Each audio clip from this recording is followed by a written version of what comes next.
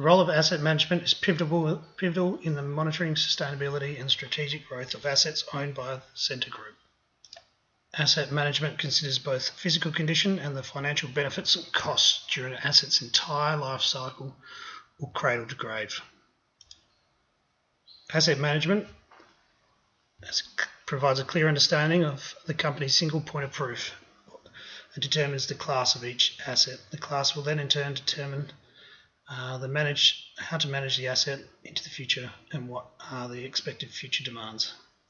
Centre Group asset managers typically use both tools such as Geographic Information System to analyse the social economic temperatures for assets and potential acquisitions. Asset management puts into place systems to monitor, evaluate and achieve desired performance, cost and probability of future risks and failure risks.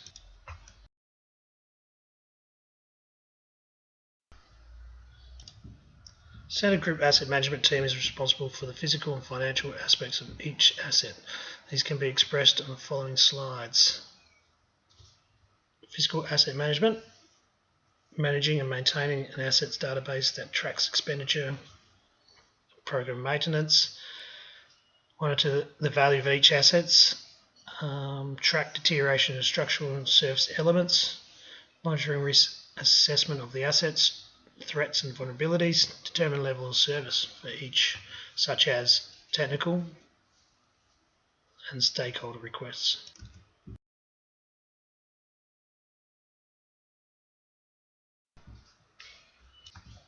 Asset finance management, the amount spending, allocated cost, maintenance, facility management, asset renewal, level of service, asset upgrade, new assets, forecast over 10 years, ascertain funding requirements, determine gap in expenditure, determine an asset consumption ratio, meaning if it's been underserviced or overserviced, procurement and vendor management.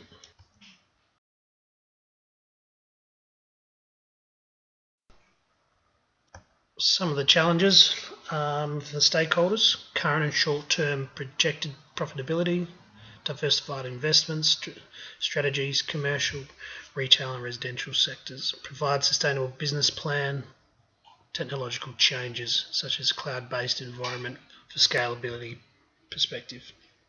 Just for a second.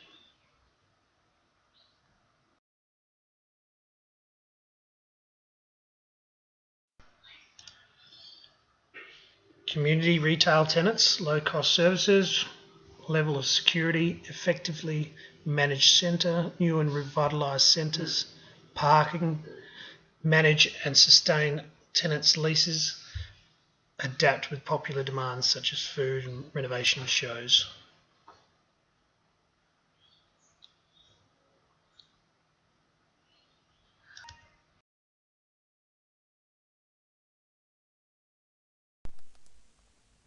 Asset management or facility management, Section 2, compliance of existing buildings and the application of risk management.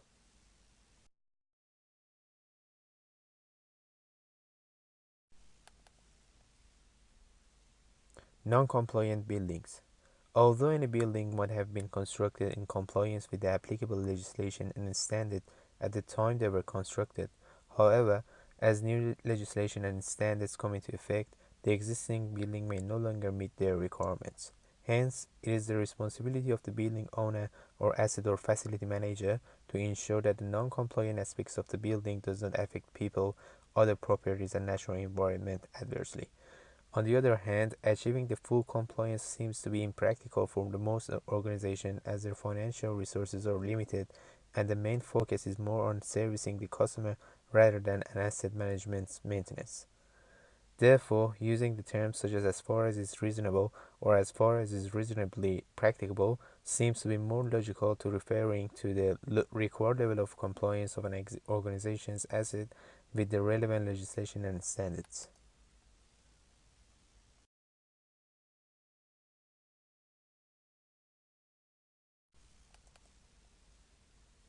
Risk management. In order to determine the minimum required level of compliance, considering the limited financial resources and the business service obligations of an organization, the risk management principles outlined in the AS ISO 31300-2009 risk management principles and guidelines can be used. In the process of identifying the risk, the growing number of building-related legislative requirements and any financial risks such as the compensation through the court system due to the injury of the third person in the organization's building, which is non-compliant, must also be considered. It must be noted that, except from some certain life-threatening risks, other risks may not be totally eliminated, but they can be managed effectively to minimize the adverse consequences.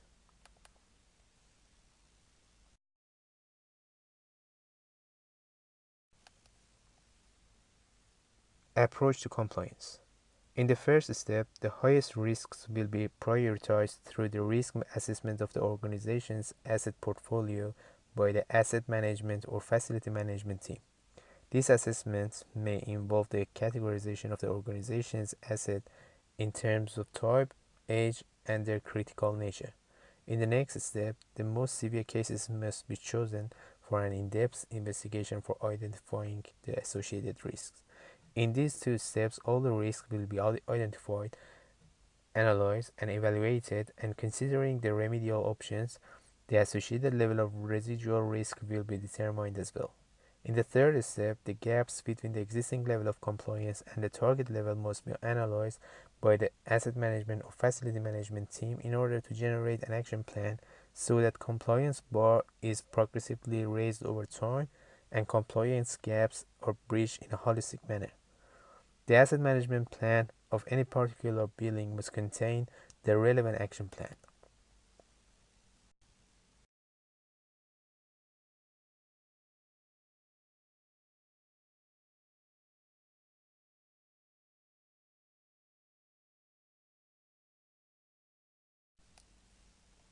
Due diligence.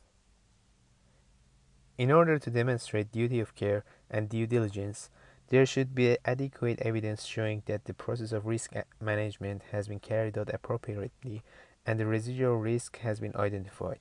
This is especially important where there is a significant gap between the existing and the minimum required compliance level. Further, carrying out a refurbishment without attending to the more serious compliance gaps could be construed as failure to demonstrate due diligence and even regarded as negligent.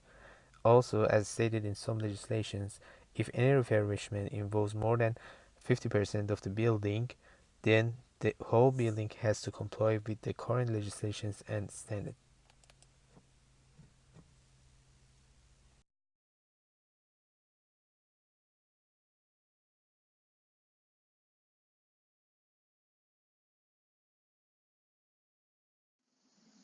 The role of a building surveyor within AM/FM environment.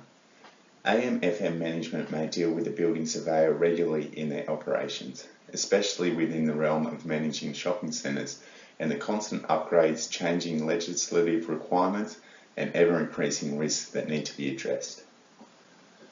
A building surveyor is essential in acting in an advisory role to the AM/FM team to help shape their risk management strategies and increase the public safety through regular compliance audits. Generally, a certifier may be involved in building compliance audits, pre-design, design and construction stages of any building upgrades to existing facilities.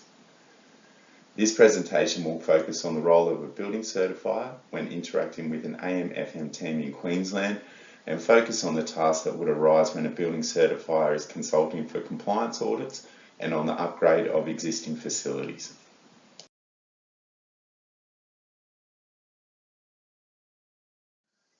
It is not unusual for an AM/FM team to do annual compliance audits as a part of their risk management strategy. It is good practice and will help to minimise the risk and increase public safety within existing buildings. This is especially important in such areas as shopping centres, as they are high traffic areas and hold large volumes of people.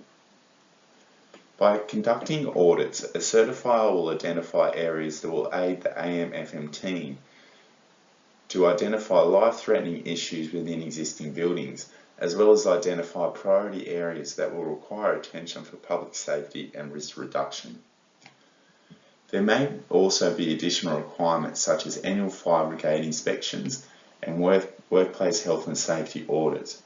In Queensland, this is beyond the scope of the certifier and would be up to the AM/FM team to manage, unless it involves a new build.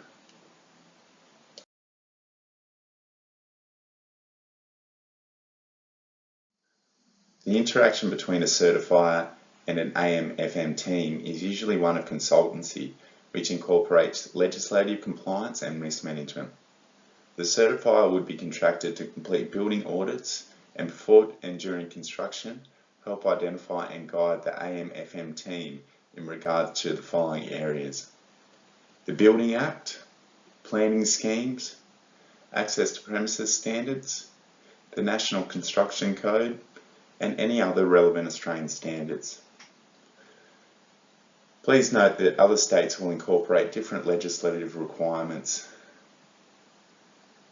The certifier will need to keep in mind the overall goals of the AM/FM team. The main focus with this interaction will be to help to reduce the costs associated with the build, the overall life of the asset, and the minimisation of risk and the reduction of maintenance costs into the future.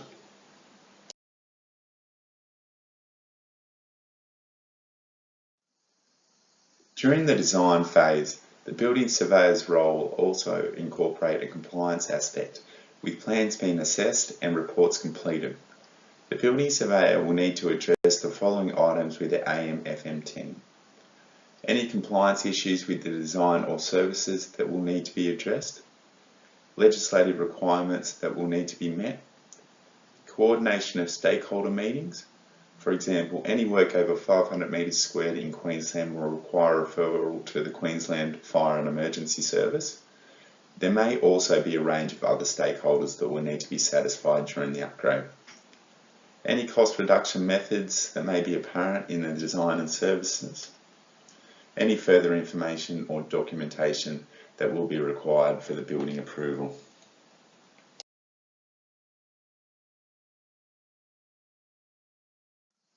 During the construction phase, it is up to the building certifier to conduct intermediate inspections during certain stages of the construction in order to make sure the build is compliant.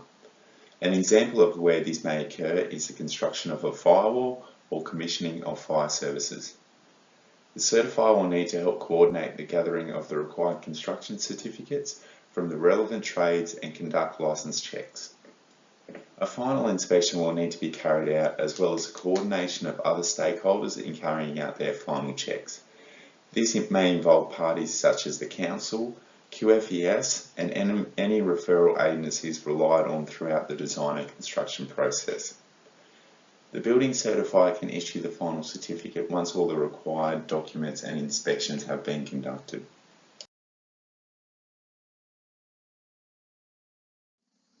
Main legislative points to consider when a building certifier interacts with an AM/FM team on a building upgrade in Queensland. The Building Act 1975, Chapter 1, Section 5 defines what building work is.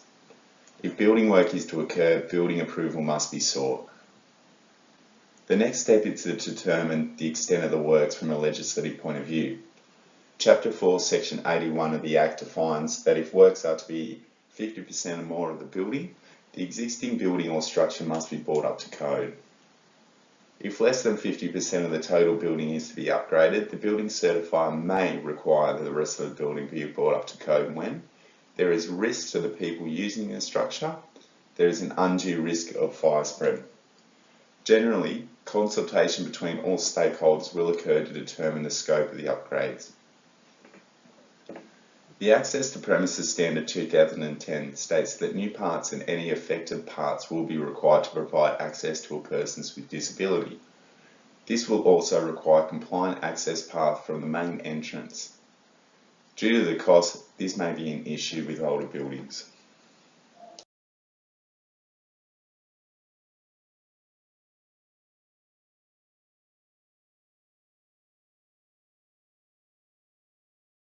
Effective facility management is critical to the competitiveness and success of the most organizations while achieving strategic corporate objectives.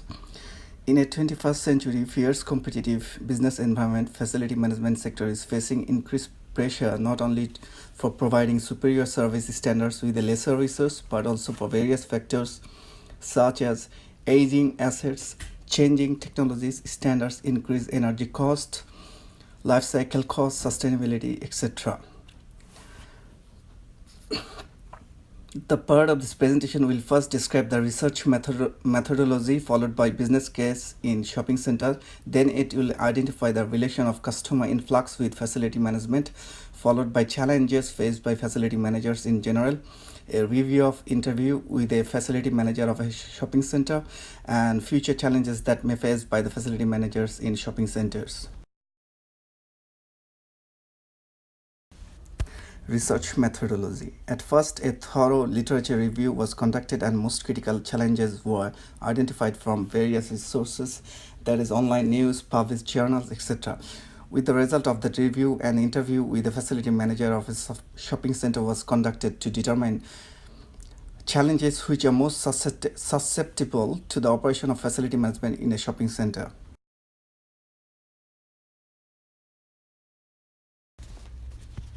Business case in shopping centers. Retail business is an important factor in country's GDP. In Australia, retail sector accounts for 4.1% of GDP and 10.7% of employment. Consequently, shopping centers are important feature in any economy. Traditionally, it has been thought the core business of a shopping center is retailing. However, the core business of the shopping center depends on the core business of the owner itself. That is, it can be a developer, a multi-business corporation, local authorities, insurance companies, etc. So facility management of a shopping center is not only to optimize the return from the services it provides in the property, it must align with the corporate objectives as well as adding value to the investment. To relate to the objective of the organization, it was thought to identify the income generation of a shopping center in the first stage. According to POMI, shopping centers generally generate income through the following ways. First of all is percentage rent, which is actually computed against a percentage of sales. Generally, it is negotiated as a part of original leasing process. Then the common area maintenance, then advertising funds and merchandise associations. Then it can be income derived from seasonal or temporary activities within the shopping premise. And last of all, it is retail pad rents, such as a pad rented by a bank, ATM kiosk, etc. In simple sense, shopping centers try to increase influx of shoppers, in turn increases the frequency of maintenance such as cleaning and waste management, which will incur additional costs.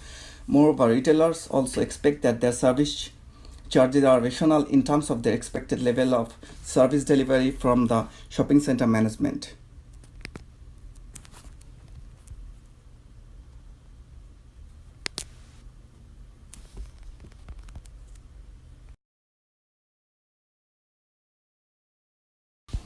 Facility management relates to customer influx. Shopping centers attracts customer not only by price advantage, atmosphere, and image, but its capability to provide excellent services in increasing desired and satisfying experiences for visiting shoppers.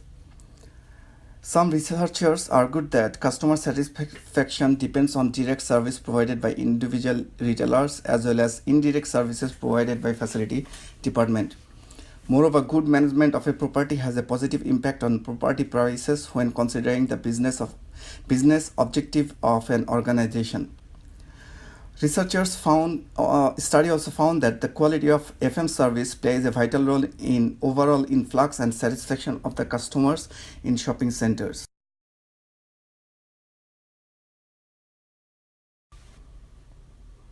A 21st century business faces three bottom-line key challenges, which are economic, social, and environmental.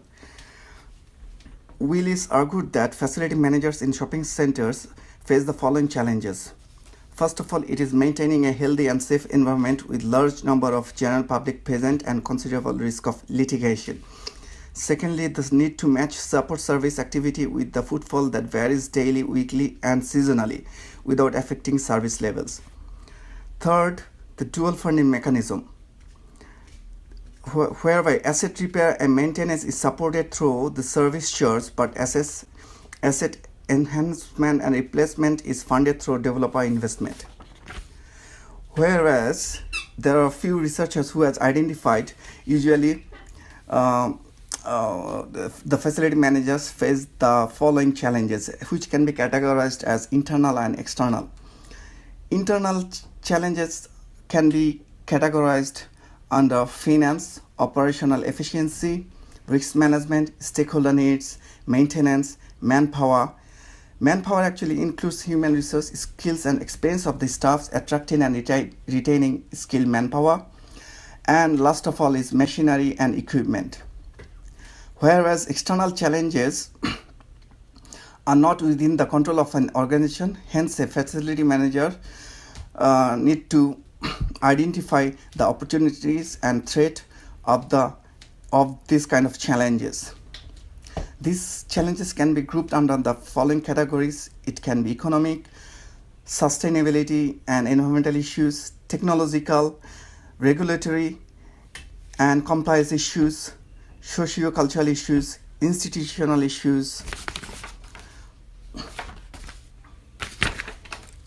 etc.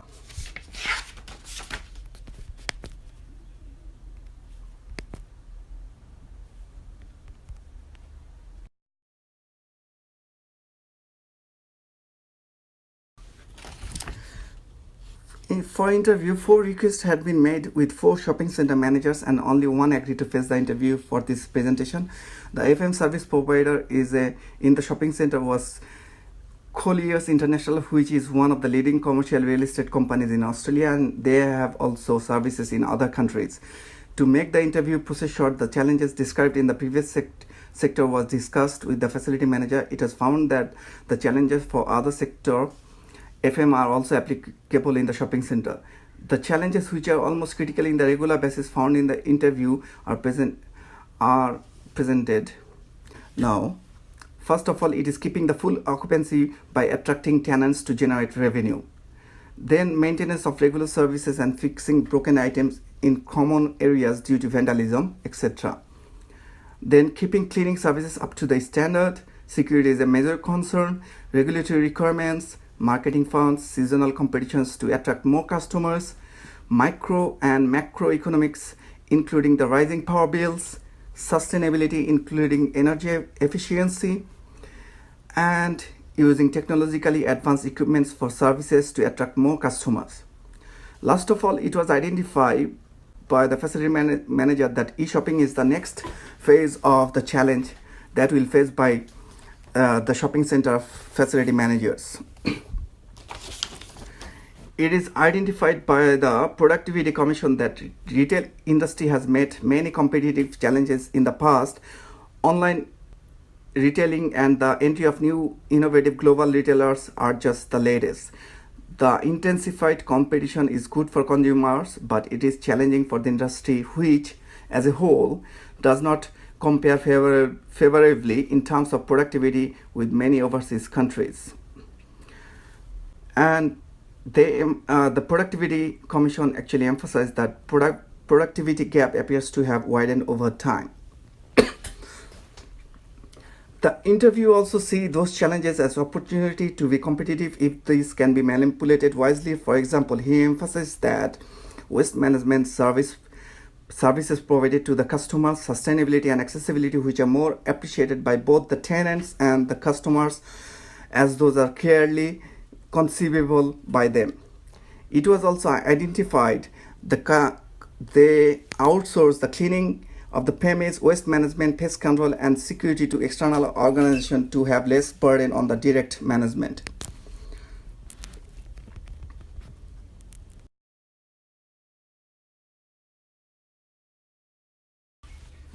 Shopping centers operate in highly competitive market. It is found that the challenges faced by the FM is in shopping centers are not defined to other sectors, while the sector is facing additional challenges by an external factor, which is e-commerce and shopping. But to overcome this challenge, they are negotiating with the authorities to keep open the shopping center for more time of a day. Moreover, they are going for more total facility management techniques by partnering with third parties to reduce the overheads and daily duties of manager involving mainly paperwork.